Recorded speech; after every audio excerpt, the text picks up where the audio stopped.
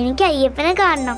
ആ കള്ളം പറഞ്ഞ് ശബരിമലയ്ക്ക് പോയാ അയ്യപ്പനെ കാണാൻ പറ്റില്ല.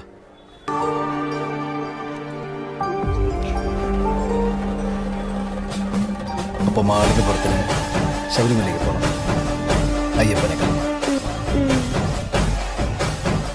വഴിയുണ്ടാക്കാം. ശരിക്കും സദാനന്ദ സകബുദ ദയാപര രക്ഷ രക്ഷ മഹാ